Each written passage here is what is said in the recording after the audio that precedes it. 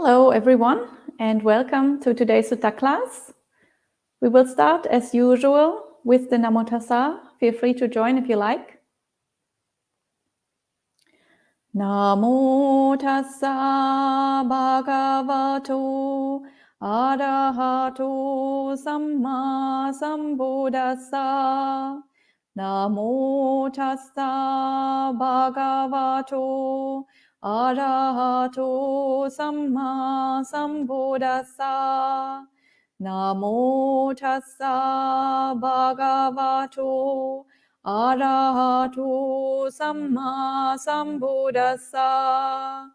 Buddhang Dhammang Sanghang Namasami. So, hello and welcome everyone. So, for today's Sutta class, I have picked the Bhaddāli Sutta. This is a sutta from the Majjhima Nikaya. And I have picked this sutta because last time we talked about the Vinaya. I gave a little introduction into what Vinaya practice means. And we talked about one rule, and that was the rule about eating. We talked about the eating rules last time. Last time we especially talked about the rule about offering food, but we also mentioned the other rules about eating. For example, not eating afternoon, or not eating food that has been stored overnight by the monastic. And so I mentioned also that in the Majjhima Nikaya, there are quite a number of suttas that deal with the situation where the Buddha laid down those eating rules and where monastics had a big problem adapting to the new situation. And quite a few monastics actually at first refused to comply with the rule and at first refused to keep those rules and to follow this practice. And so I thought it would be interesting to have a look at one of those suttas today. And so the sutta that I have picked is the Bhaddāli Sutta. The Bhaddāli Sutta is very long, so I don't think we can finish today. We'll see, might be 2 or 3 sessions. We'll see how we go. And I have put already a link in the live chat to Bhikkhu Bodhi's translation. So if you want to read along, I will also be reading from Bhikkhu Bodhi's translation. Okay, so let's get started. The Bhaddāli Sutta is obviously named after a monk called Bhaddāli, and Bhaddāli is the main character in the sutta, apart from the Buddha, of course. And Bhaddāli is the monk who refuses to practice with this rule. So let's see what happens. Thus have I heard. On one occasion, the Blessed One was living at Savatthi in Jeta's Grove, Anathapindika's park. There he addressed the bhikkhus thus. Bhikkhus, Venerable Sir, they replied. The Blessed One said this. Bhikkhus, I eat at a single session. By doing so, I'm free from illness and affliction, and I enjoy lightness, strength, and a comfortable abiding. Come, bhikkhus, eat at a single session. By doing so, you too will be free from illness and affliction, and you will enjoy lightness, strength, and a comfortable abiding. So here we have the Buddha laying down a new rule. This is the rule about not eating in the afternoon. And the Buddha says he has only 1 meal a day. And so now he lays down the rule and says the bhikkhus should follow his example and also do it this way. And we also notice that the Buddha is giving reasons why he is laying down this rule. So it's not to punish the monks, not to be super ascetic, not so that the lay people will be impressed with how tough and how austere the monastics are. But it's actually out of compassion, out of self-love, not out of self-hate. The Buddha says, if I practice in this way, then I'm free from illness, so I'm healthy, I am well, I feel great, my body feels good, there is no pain, there is no affliction there. And he says, I enjoy lightness, strength, and a comfortable abiding. So the body feels light, the body feels strong, and he's very comfortable. So it is because there is a lot of benefit to be gained if you follow this rule that the Buddha lays down this practice. Not to punish anyone, not to show how hardcore the people in his order are practicing, but really just out of compassion for the people. And he says if other people will practice in this way, they will get the same benefits. So he suggests, or he actually asks the monks and nuns to practice in this same way. And then the sutta continues.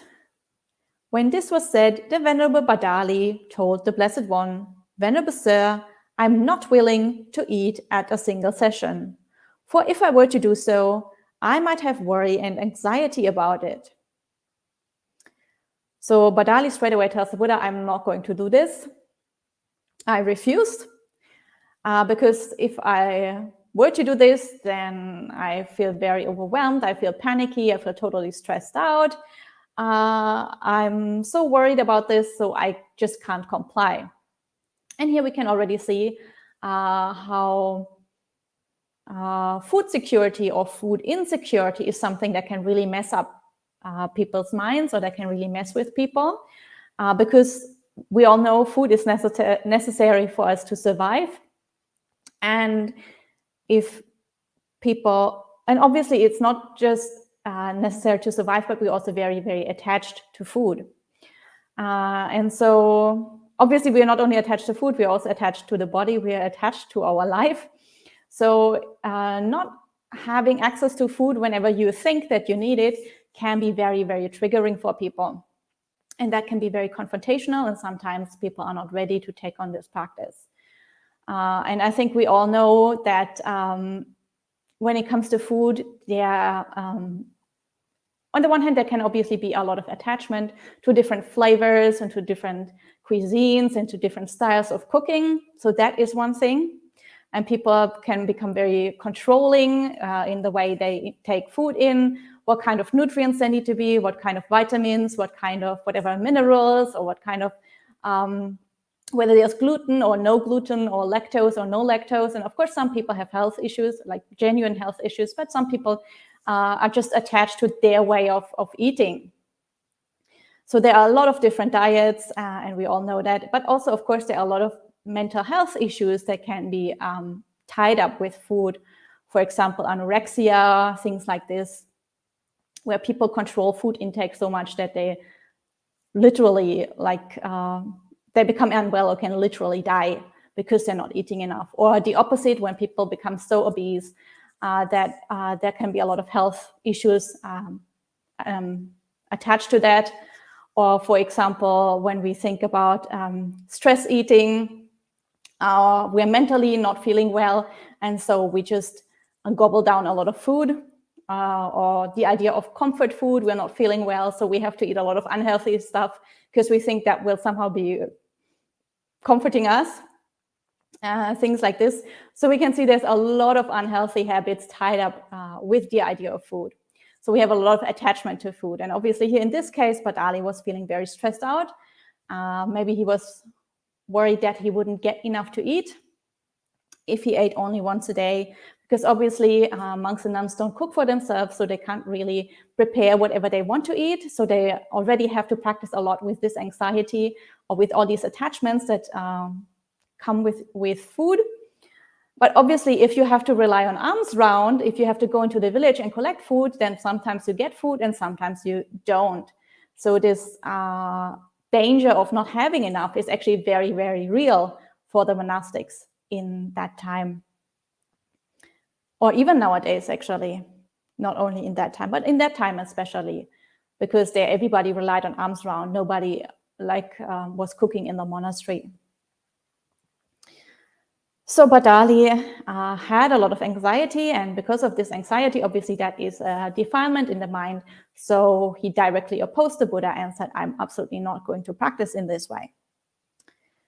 And so the Buddha recognizes that obviously Bhaddāli isn't ready, and so the Buddha says the following. Then Bhaddāli, eat one part there where you are invited, and bring away one part to eat. By eating in that way, you will maintain yourself. So the Buddha suggests that Bhaddāli can have 2 meals, but he cannot go on alms round twice. So if he is invited to a house, he can eat a meal in that house. And then if there are leftovers, obviously probably people will offer it to him, and then he can take those leftovers away and have a second meal at a later time. Or of course, if you go on alms round, you can just collect more if you're given more, and then eat half of that at the time of alms round and bring half of it back to the monastery. And by suggesting that, it's basically a compromise, because then you can eat twice a day, but you don't have to go on alms round twice. And of course, going on alms round, it takes up a lot of time, because the monasteries were outside the villages in the forest. So you have to walk a few kilometers or a few miles to go to the next village. You have to walk around there, then come back. And of course, if you do that 3 times a day because you want to have 3 meals, then you spend the whole day just going back and forth between the village and the monastery. So you don't have much time to actually practice. And also, if you go to the village, obviously you will be confronted with all the lay people and whatever random stuff they talk about. So your mind will be immersed in all kinds of sensual things, and you will not really be able to focus on your practice that much.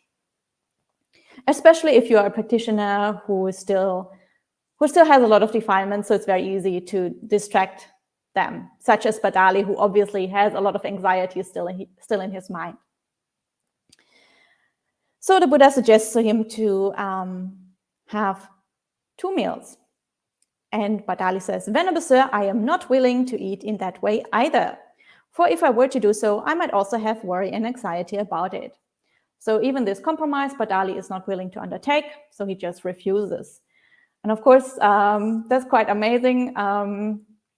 If the Buddha is right there in front of you and he suggests something for your practice and you say, "Well, I'm just not going to follow your advice," that's, well, I mean, you really have to have quite a few defilements in your mind to actually go that far to refuse the advice of the Buddha. So, but this is what Bhaddāli does here. Then, when this training precept was being made known by the Blessed One, when the Sangha of bhikkhus was undertaking the training, the Venerable Bhaddāli declared his refusal to comply. Then the Venerable Bhaddāli did not present himself to the Blessed One for the whole of that 3-month period of the rains, as happens with one who does not fulfill the training in the teacher's dispensation.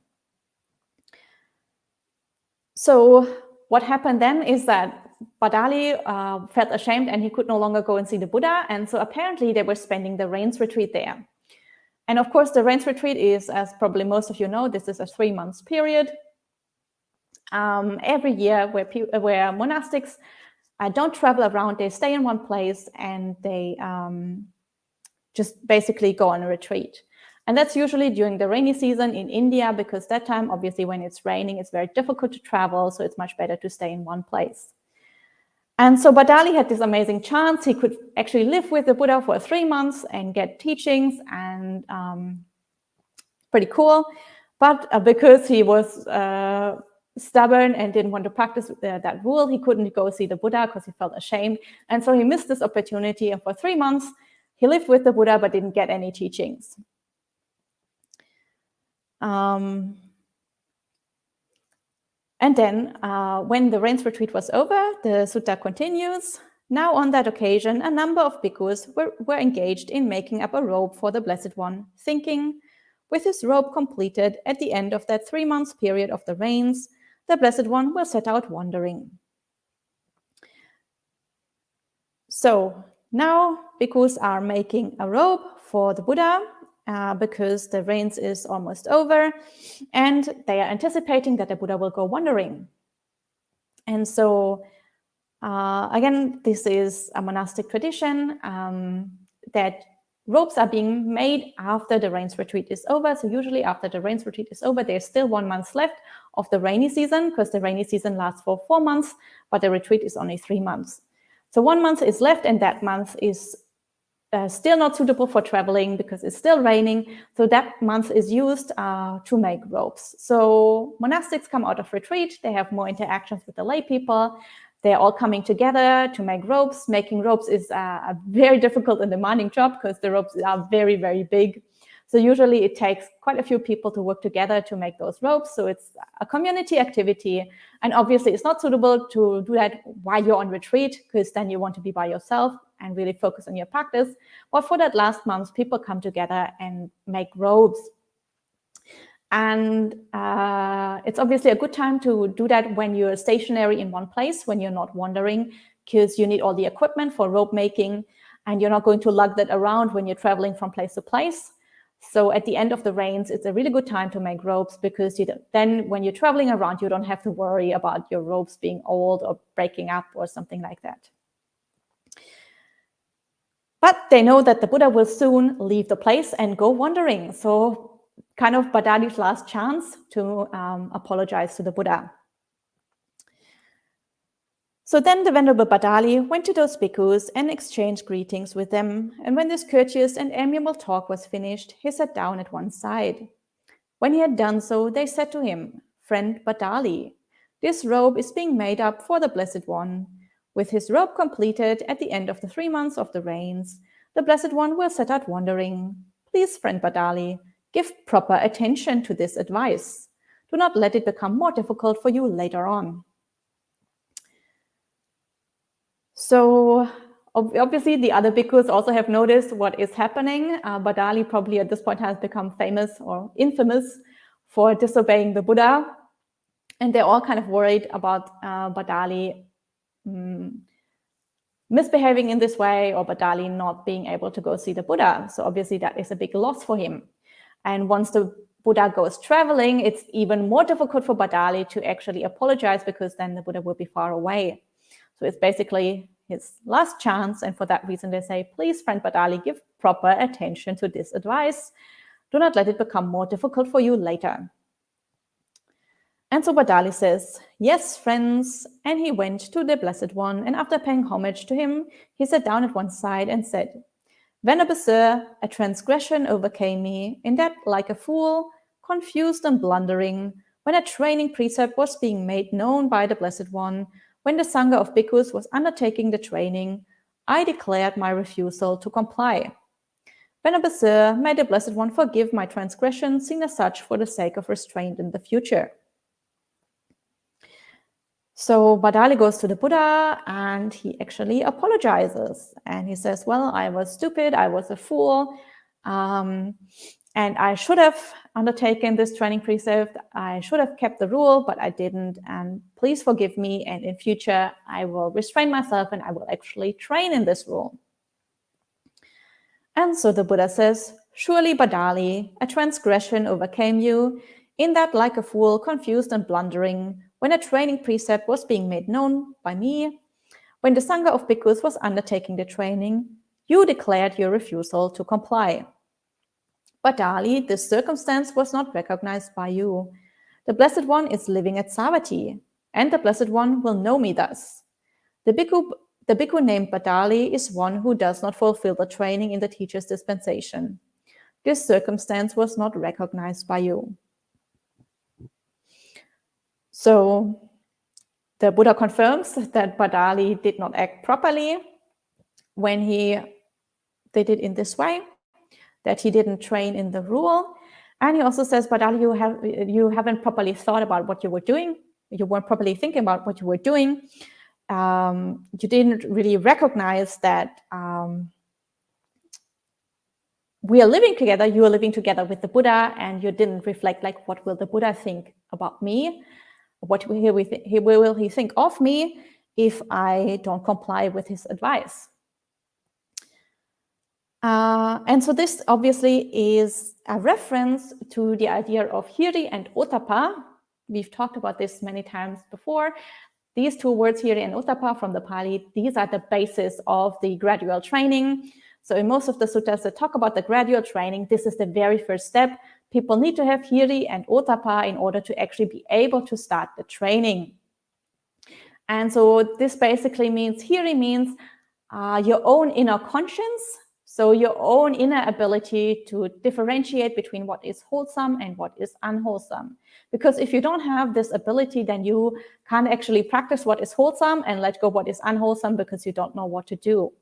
And ottappa is basically the external feedback. So from wise people around you, from your wise companions in the holy life, so from the Buddha and other good practitioners, preferably people who are further along on the path, or people who are training in the same way that you want to train, basically the Sangha.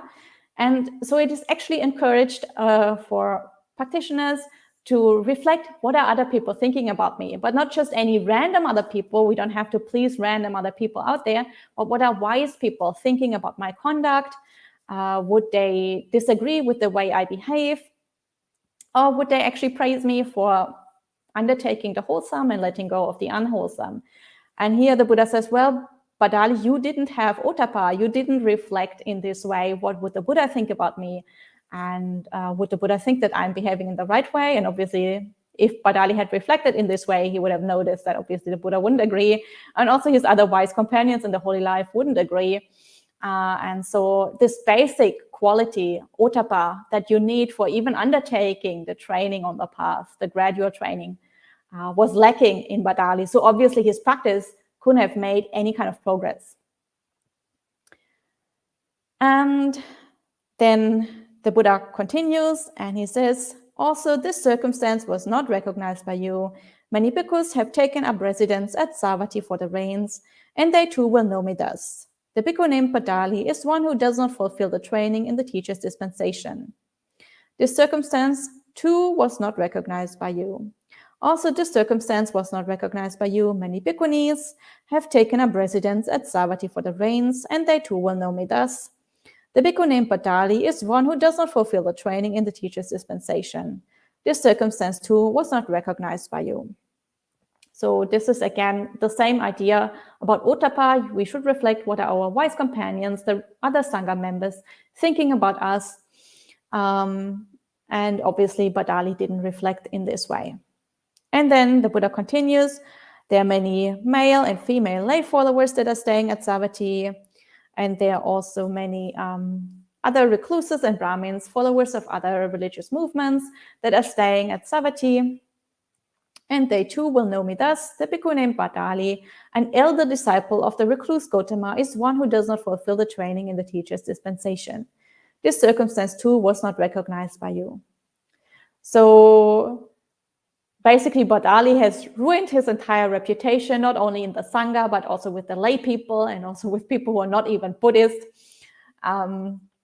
because he was behaving in this way. And obviously this will harm him, because then lay people are less likely to support him. The Sangha is much less likely to give him teachings because they think he is not serious on the path.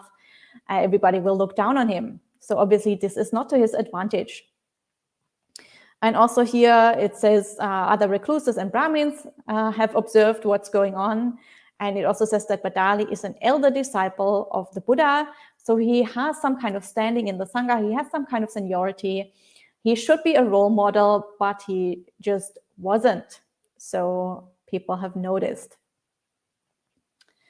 And then Bhaddāli says, Venerable Sir, a transgression overcame me in that like a fool, confused and blundering, when a training precept was being made known by the Blessed One, when the Sangha of Bhikkhus was undertaking the training, I declared my refusal to comply. Venerable Sir, may the Blessed One forgive my transgression, seen as such for the sake of restraint in the future. So again, Bhaddāli realizes what is going on or what has happened. He feels very sorry. He apologizes again. And the Buddha says, surely Bhaddāli, a transgression overcame you in that like a fool, confused and blundering, when a training precept was being made known by me, when the Sangha of Bhikkhus was undertaking the training, you declared your refusal to comply. And then the Buddha continues, what do you think, Bhaddāli? Suppose a bhikkhu here were one liberated in both ways. And I told him, come bhikkhu, be a plank for me across the mud. Would he walk across himself? Or would he dispose his body otherwise? Or would he say no? No, Venerable Sir.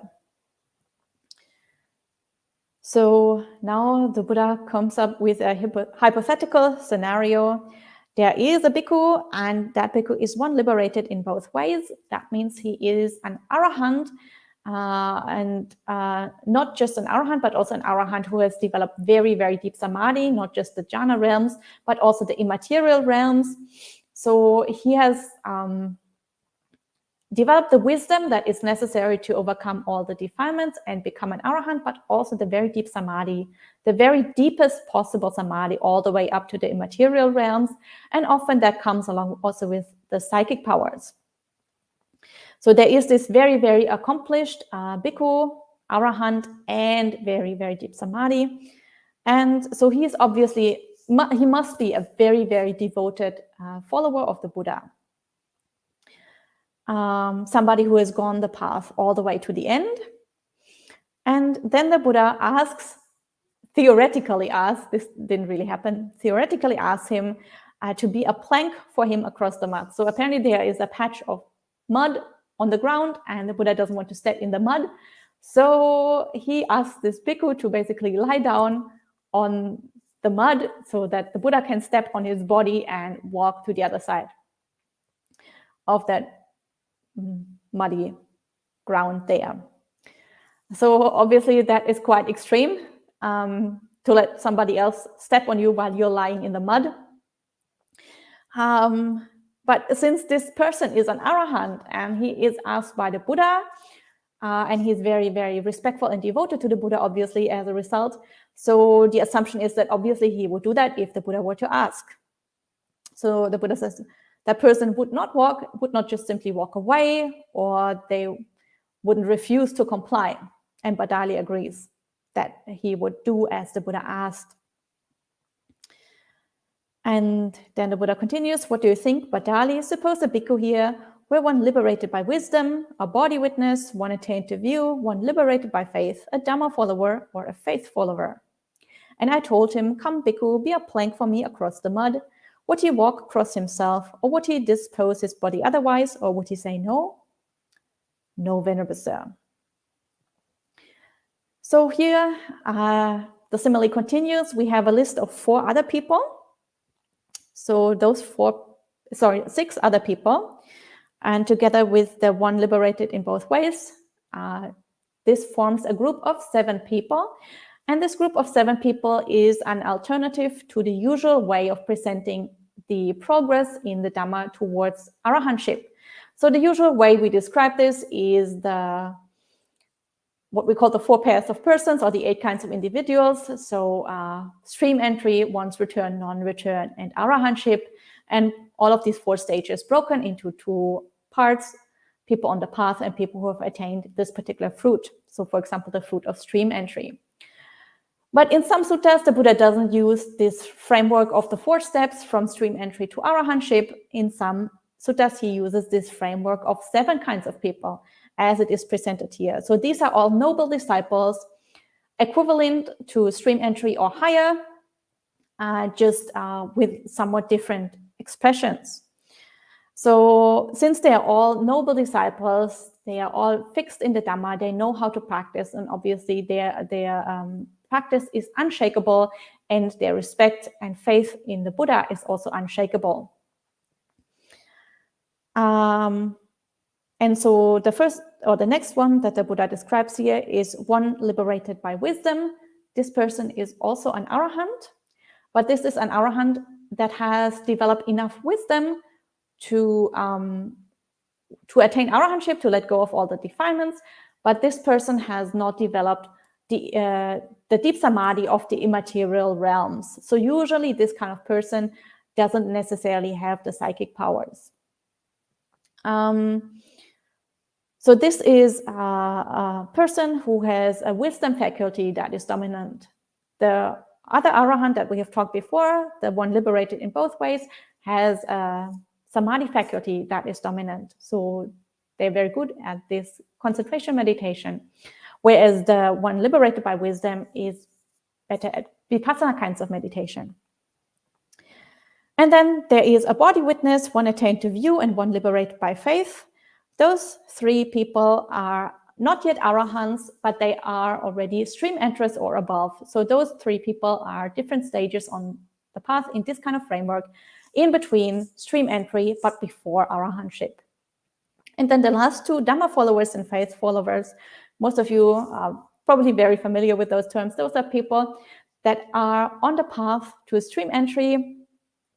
So they have not quite attained stream entry yet, but they are guaranteed to attain stream entry in this life. So they're also very, very strong practitioners. And so again, if the Buddha were to theoretically ask them, be a plank for me across the mud, since they are such strong practitioners and they must be very respectful to the Buddha, they would obviously agree. willingly agree to that, be very happy to provide the service for the Buddha, and they would not just walk away or say no. And so obviously the Buddha gives this simile to contrast their behavior with the behavior of Bhaddāli himself. And so the Buddha says to Bhaddāli, "What do you think, Bhaddāli? Were you on that occasion one liberated in both ways, or one liberated by wisdom, or a body witness, or one attentive view, or one liberated by faith, or a Dhamma follower, or a faith follower?" "No, Venerable Sir. Bhaddāli, on that occasion, were you not empty, hollow, and mistaken?" "Yes, Venerable Sir, a transgression overcame me in that, like a fool, confused and blundering, when a training precept was being made known by the Blessed One, when the Sangha of Bhikkhus was undertaking the training, I declared my refusal to comply. Venerable Sir, may the Blessed One forgive my transgression, seen as such for the sake of restraint in the future." So the Buddha says to Bhaddāli, "What do you think, Bhaddāli? Were you on that occasion one of these 7 people?" And Bhaddāli obviously says no. And obviously you can't be one of those 7 people on a specific occasion. Either you are one of the noble people, then that's permanent, or you are not. Then you're obviously not there yet. You have to keep on practicing. So it's not that on some occasions you are a noble person and then in the future at some other occasion you're no longer that. But what the Buddha is asking here obviously is, did you behave in the way that a noble person would behave towards me, towards your teacher who is showing you the way? And so obviously Bhaddāli did not behave in the way that those people would behave, because those people would even be willing to be a plank across the mud. So they would even go to such lengths to serve the Buddha. But Bhaddāli couldn't even follow that simple training rule that the Buddha laid down for his health and for his benefit and for his comfort. So obviously the Buddha is saying there is such a big difference between the way noble people behave and the way you were behaving. So you should really reflect on your own behavior and think about whether this is a good idea to behave in this way if you want to make progress in the Dhamma and if you want to become one of those 7 noble people. Because obviously that should be the goal of everybody who is joining the Sangha, to try and make progress on the path and then become one of the noble people. And then Bhaddāli obviously apologizes again. And then the Buddha says, "Surely, Bhaddāli, a transgression overcame you in that, like a fool, confused and blundering, when a training precept was being made known by me, when the Sangha of Bhikkhus was undertaking the training. You declared your refusal to comply. But since you see your transgression as such and make amends in accordance with the Dhamma, we forgive you. For it is growth in the noble one's discipline when one sees one's transgression as such and makes amends in accordance with the Dhamma by undertaking restraint in the future." So Bhaddāli has just apologized again. And now this time, finally, the Buddha says, "We forgive you." So the Buddha accepts the apology after Bhaddāli has made it 3 times now. And he says, well, at least, you've learned something from this. You're growing now in the Dhamma. You've seen that this was wrong and you're changing your behavior. So that is a step in the right direction. So it seems that you are actually developing in the wholesome now and letting go of the unwholesome. So the Buddha basically praises this step of making an apology and changing one's behavior. And then the Buddha continues teaching Bhaddāli, and he says, "Here, Bhaddāli, some bhikkhu does not fulfill the training in the teacher's dispensation. He considers thus: suppose I were to resort to a secluded resting place. The forest, the root of a tree, a mountain, a ravine, a hillside cave, a charnel ground, a jungle thicket, an open space, a heap of straw. Perhaps I might realize a superhuman state, a distinction in knowledge and vision worthy of the noble ones. He resorts to some such secluded resting place. While he lives thus withdrawn, the teacher censures him. Wise companions in the holy life who have made investigation censure him, God censure him, and he censures himself. Being censured in this way by the teacher, by wise companions in the holy life, by gods, and by himself, he realizes no superhuman state, no distinction in knowledge and vision worthy of the noble ones. Why is that? That is how it is with one who does not fulfill the training in the teacher's dispensation. So here, there is a bhikkhu who does not fulfill the training. That means he doesn't undertake the training rules. He doesn't comply with the Buddha's instruction.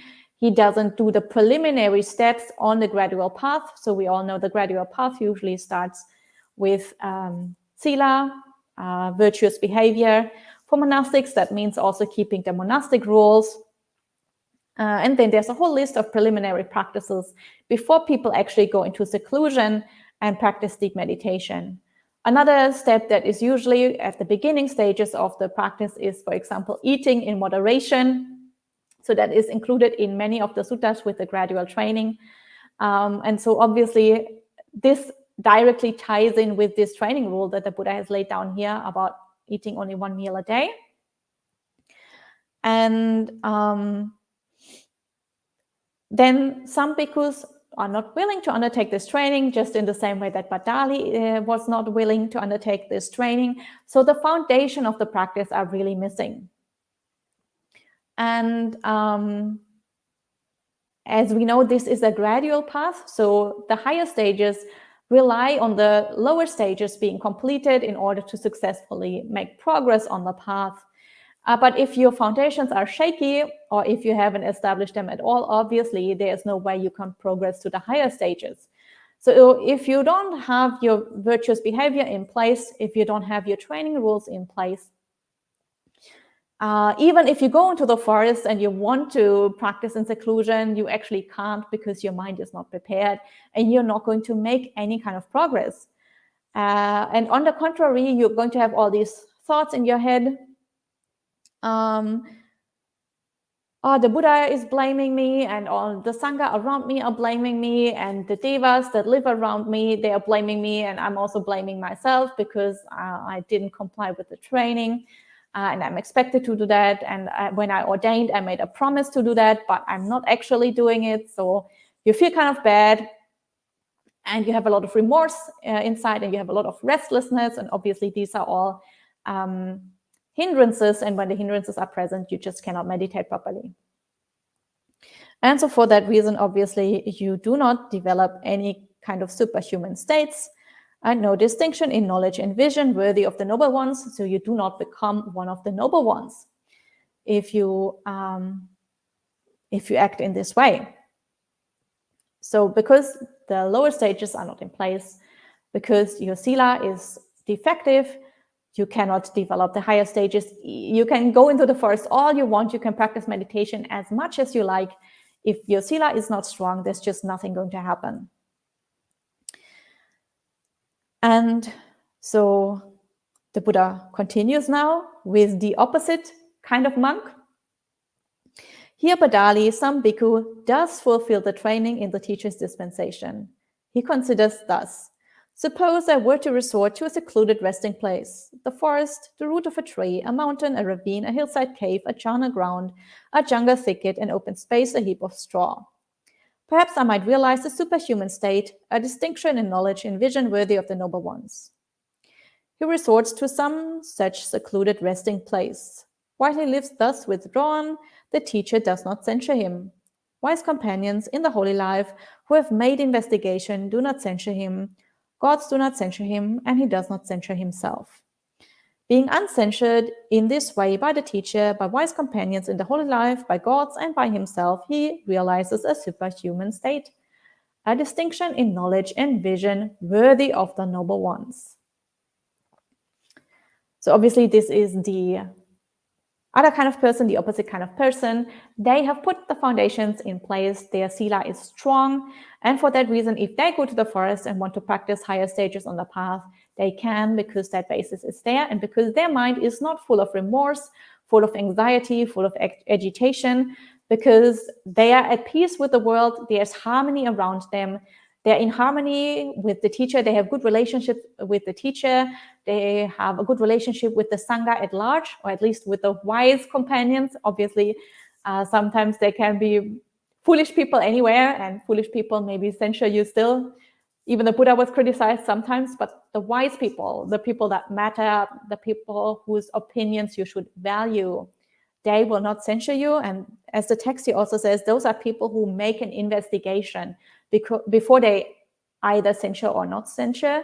So these are people who deeply look into matters. They're wise. They don't just randomly talk or gossip or make up some kind of story. They actually look into the background of something, and then they make up their mind. So in this case, they look into the character of this person, then they realize, oh yeah, they're keeping all the rules. Their sila is very strong. They're really committed to practice.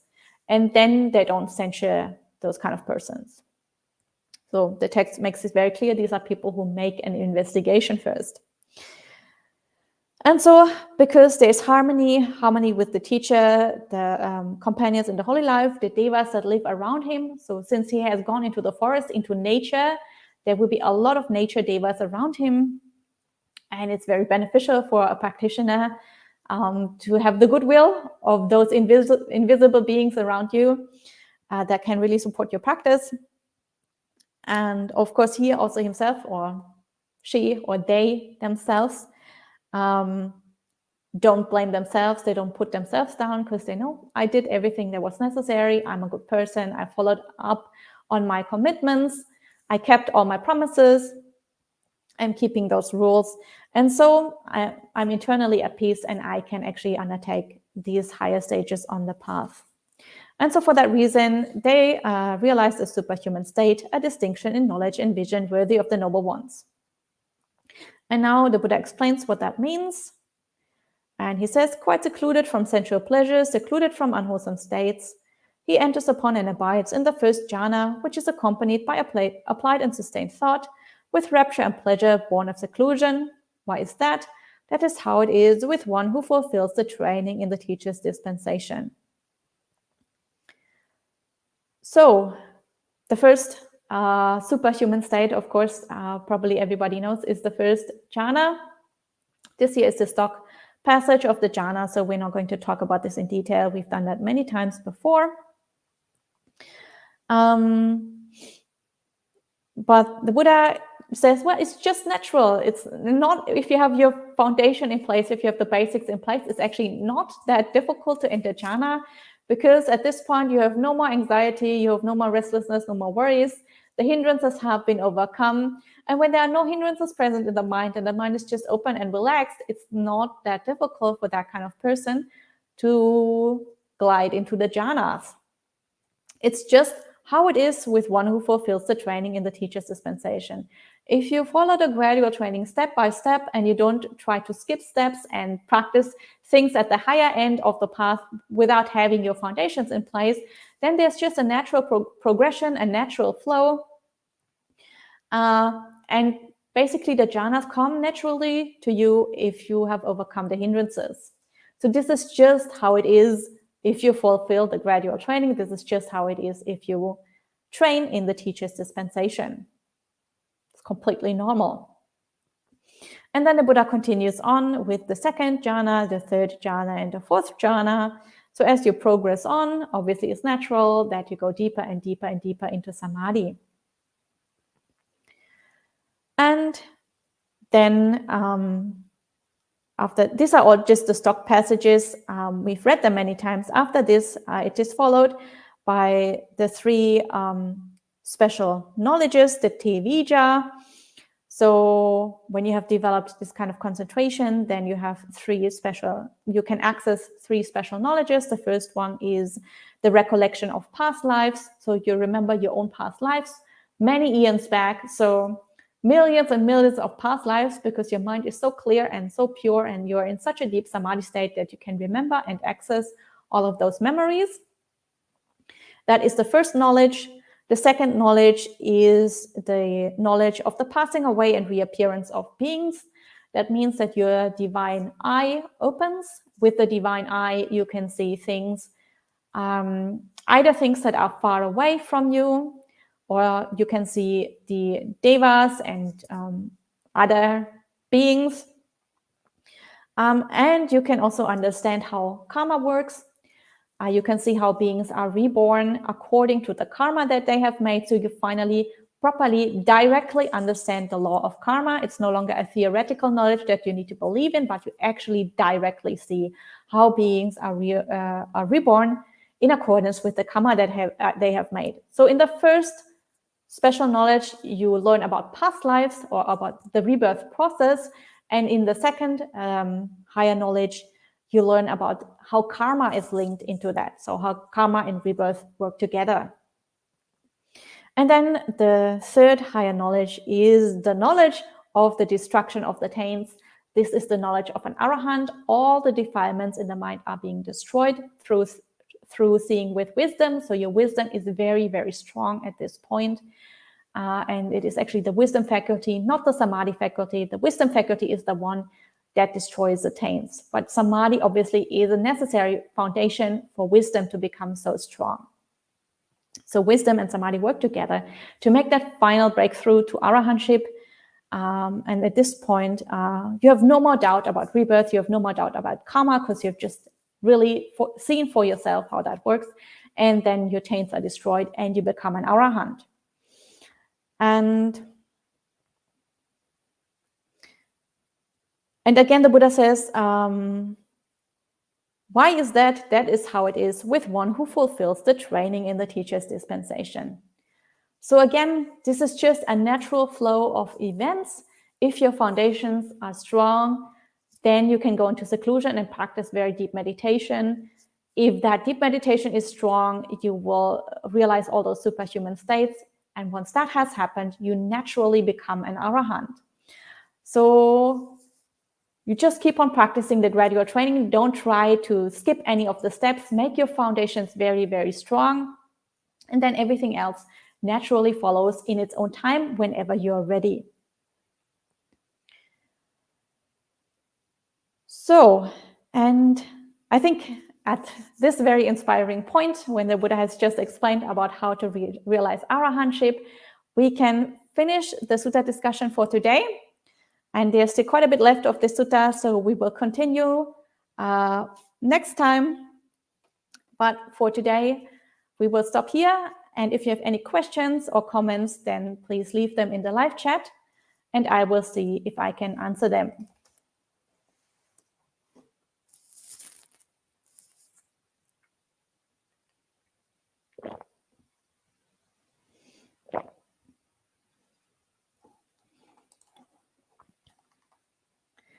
So I see a few people checking in. Nice to see you all. Hope you're all having a good day. I don't see any question so far. Just see a lot of anjalis. So I think people have enjoyed this sutta.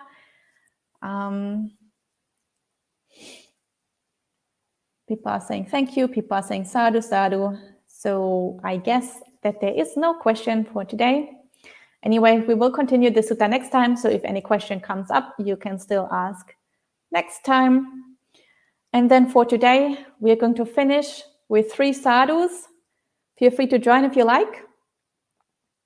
Sadhu, sadhu, sadhu.